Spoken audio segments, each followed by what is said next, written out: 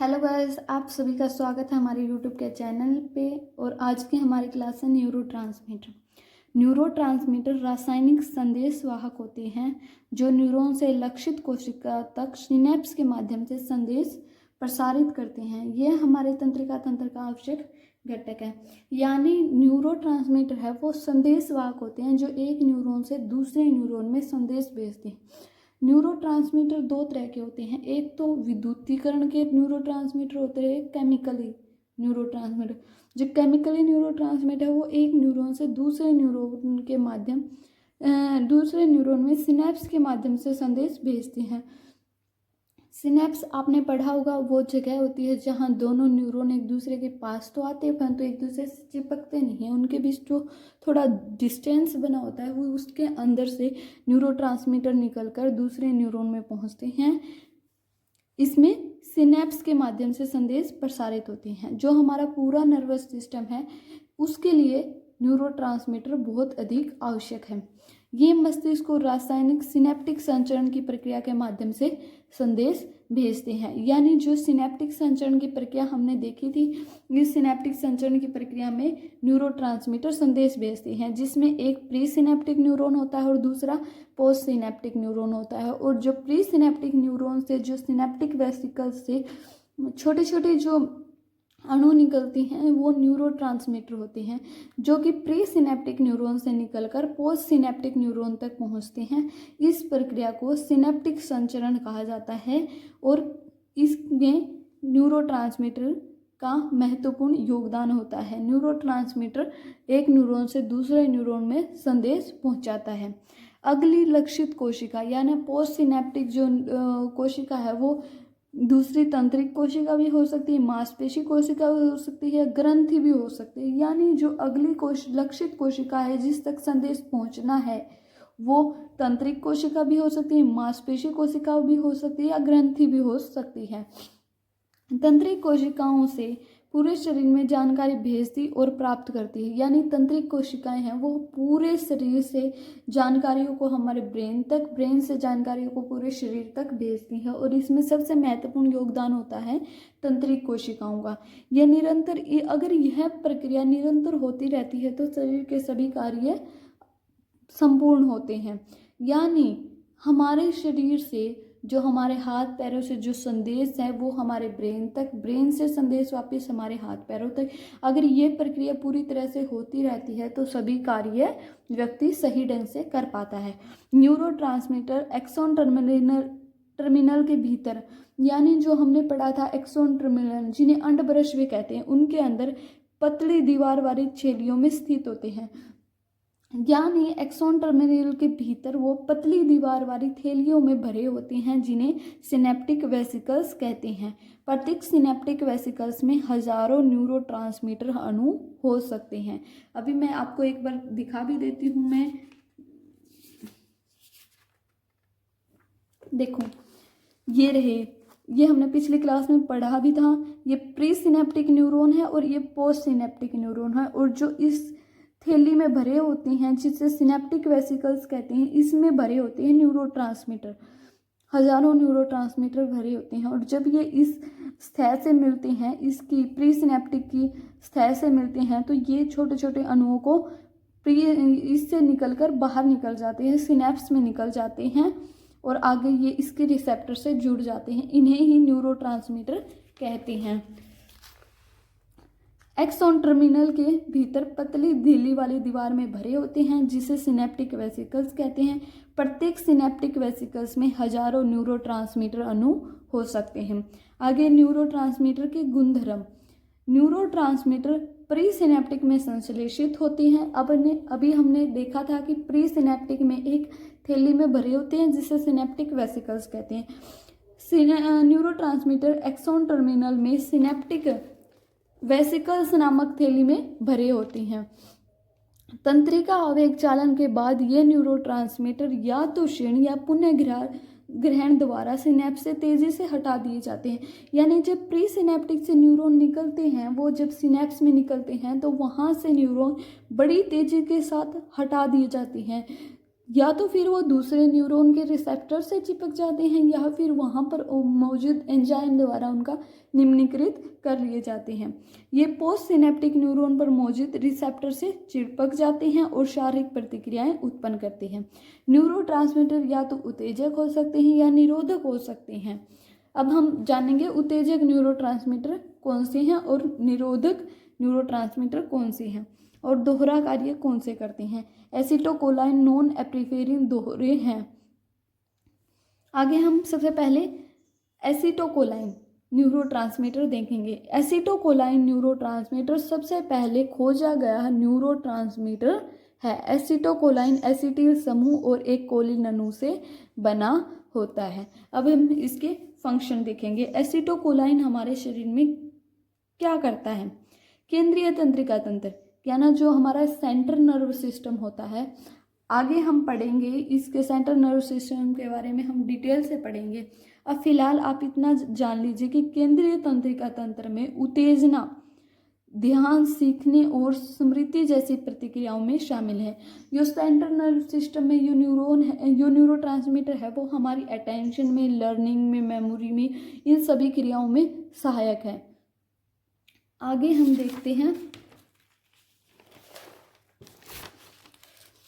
प्रीधीय तंत्रिका तंत्र में न्यूरोट्रांसमीटर, मतलब प्रीधीय तंत्रिका तंत्र में भी यह न्यूरोट्रांसमीटर आवश्यक है। इससे मांसपेशियों का संकुचन होता है, यानी मांसपेशियों का संकुचन होता है और यह संदेश भेजते हैं। और जो हमारी अनैच्छिक गतिविधियां हैं, जैसे हमारे हृदय की गति, हमारी पाचन क्रियाएं, हमारी ग्रंथियों के स्राव को भी यह न्यूरोट्रांसमीटर नियंत्रित करता है। यानी हमारे शरीर की जो सभी गतिविधियां, जो अनैच्छिक गतिविधियां हैं, जिस पे हमारी कोई भी मर्जी नहीं होती, वे अपने आप होती हैं। जैसे हमें हृदय की गति, हम हृदय को अपनी मर्जी से धड़का नहीं सकते हैं कि कब हृदय को धड़कना है, कब नहीं धड़का है। ये क्रियाएं अपने आप होती हैं और इन क्रियाओं पर एसिटोकोलाइन का नियंत्रण होता है। यानी इस न्यूरोट्रांसमीटर का पूरा नियंत्रण होता है हमारी अनैच्छिक क्रियाओं पर।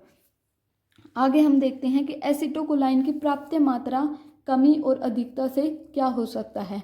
एसिटोकोलाइन न्यूरोट्रांसमीटर की प्राप्त मात्रा से ध्यान, सीखने और स्मृति में सुधार होता है। यानी अगर इसकी मात्रा हमारे शरीर में प्राप्त बनी रहेगी तो हमें अटेंशन में, हमारी मेमोरी में सुधार होगा। हम किसी चीज़ पर अच्छे से ध्यान दे पाएंगे, किसी चीज़ को अच्छे से लर्न कर पाएंगे, हमारी मेमोरी में वो जल्दी तक, काफ़ी समय तक रह पाएगी। उसमें सुधार होता है इस न्यूरोट्रांसमीटर की वजह से। और एसिटोकोलाइन न्यूरोट्रांसमीटर की कमी से अल्जाइमर रोग भी हो सकता है और इसकी अधिकता से व्यक्ति असामान्य व्यवहार करने लग जाता है, मांसपेशियों में अकड़न हो जाती है। ये सभी हमें याद रखना है। और अनिवार्य कार्य जैसे पेशाब, पाचन और लार के अति उत्तेजना से भी जुड़ा हुआ है। यानी इनमें भी अति उत्तेजना होती है। मांसपेशियों में उत्तेजन पैदा करता है चलना, बोलना, सांस लेना। अगला हमारा न्यूरोट्रांसमीटर है नॉन एपिफेरिन। जब हम तनाव में होते हैं तो ये शरीर में सक्रिय और सतर्क करता है हमारे शरीर को। यानी हम जब डिप्रेस या किसी भी तनाव में, स्ट्रेस में होते हैं तो यह हमारे शरीर को सक्रिय या मतलब सक्रिय करता है, सतर्क करता है। ये फाइट ऑन फ्लाइट प्रतिक्रिया से जुड़ा हुआ है। यह हार्मोन और न्यूरोट्रांसमीटर दोनों के रूप में कार्य करता है। अब हम देखते हैं इसके व्यावहारिक प्रभाव क्या है। यह हार्मोन और न्यूरोट्रांसमीटर दोनों के रूप में कार्य करता है। अब हम देखते हैं इसके व्यावहारिक प्रभाव क्या है। प्राप्त स्तर, अगर नॉन एपिफेरिन न्यूरोट्रांसमीटर हमारे शरीर में प्राप्त मात्रा में बना रहेगा तो ध्यान केंद्रित करने की क्षमता और ऊर्जा में वृद्धि होगी। अगर इसकी हमारे शरीर में कमी हो जाएगी तो हमें डिप्रेशन और थकान महसूस होगी।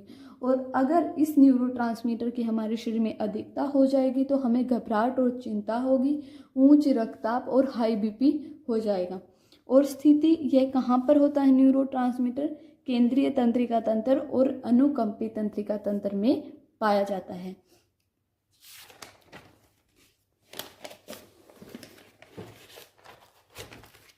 अब हम देखते हैं कि नॉन एपिफेरिन शरीर में दो कार्य करता है। एक तो ये न्यूरोट्रांसमीटर के रूप में तंत्रिक कोशिकाओं को संदेश भेजता है, यानी न्यूरोट्रांसमीटर के रूप में कार्य करता है। और एक ये हार्मोन में रक्तस्राव के माध्यम से शरीर के अन्य हिस्सों तक संदेश भेजता है। यानी इस न्यूरोट्रांसमीटर के दो कार्य हैं, एक कार्य है संदेश भेजना और दूसरा कार्य पहले न्यूरोट्रांसमीटर के रूप में कार्य करना और एक हार्मोन के रूप में कार्य करना। यह हमारे शरीर में दो तरह से कार्य करता है। अगले हम अवरोधक न्यूरोट्रांसमीटर पढ़ेंगे। डोपामाइन, यह सेंट्रल नर्वस सिस्टम में पाया जाता है, यानी केंद्रीय तंत्रिका तंत्र में यह न्यूरोट्रांसमीटर पाया जाता है। इसे रिवार्ड केमिकल कहा जाता है।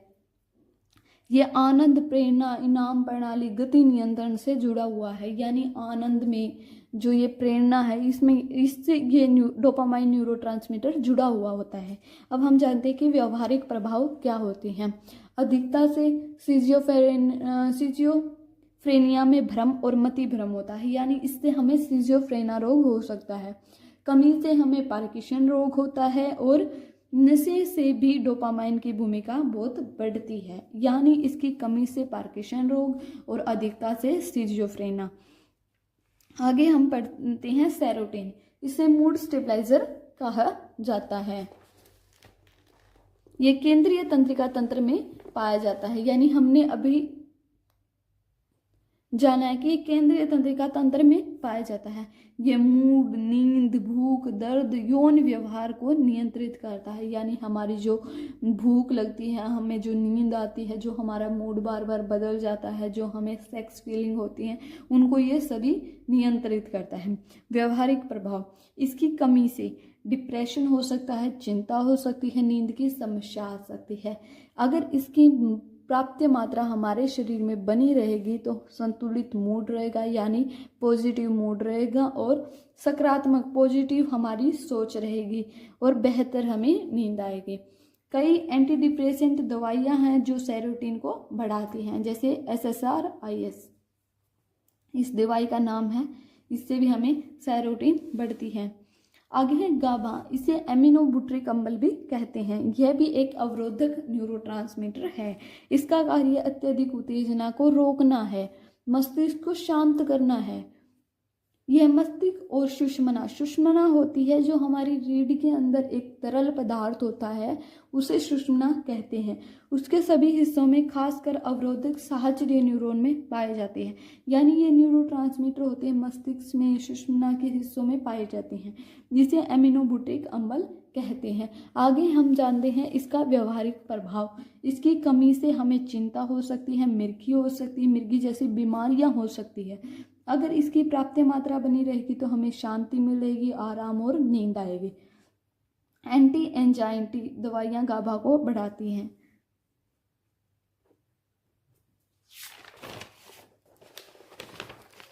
अगला न्यूरोट्रांसमीटर है ग्लूटामेट। एक सेकेंड रुकिए, मैं नोटबुक को सही कर लेती हूँ।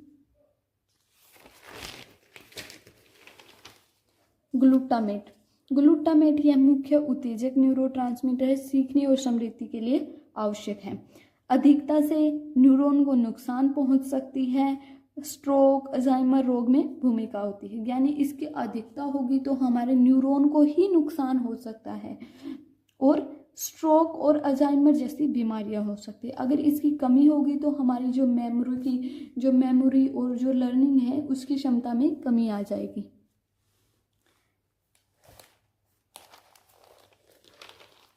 आगे हमारा एंडोर्फिन्स, यह एक उत्तेजक न्यूरोट्रांसमीटर है। यह एक पेन किलर है। ये न्यूरोट्रांसमीटर एक पेन किलर की तरह है जो दर्द को कम करे और आनंद की भावनाओं को देने में मदद करता है। यानी यह न्यूरोट्रांसमीटर एक पेन किलर की तरह कार्य करता है। यह हमारे शरीर में जो दर्द को कम करके और हमें आनंद की भावना देने में मदद करते हैं। अब इसके भी व्यवहारिक प्रभाव हम जानते हैं। खुशी, आनंद, तनाव कम होना है, यानी इसमें ज़्यादा मात्रा बढ़ेगी तो इस न्यूरोट्रांसमीटर की वजह से हमें आनंद, खुशी मिलेगी और तनाव कम होगा। व्यायाम के बाद रनर हाई का अनुभव एंडोर्फिन्स पर आधारित है, यानी व्यायाम के बाद जो रनर हाई का जो हमें अनुभव होता है वो भी इसी न्यूरोट्रांसमीटर पर आधारित है।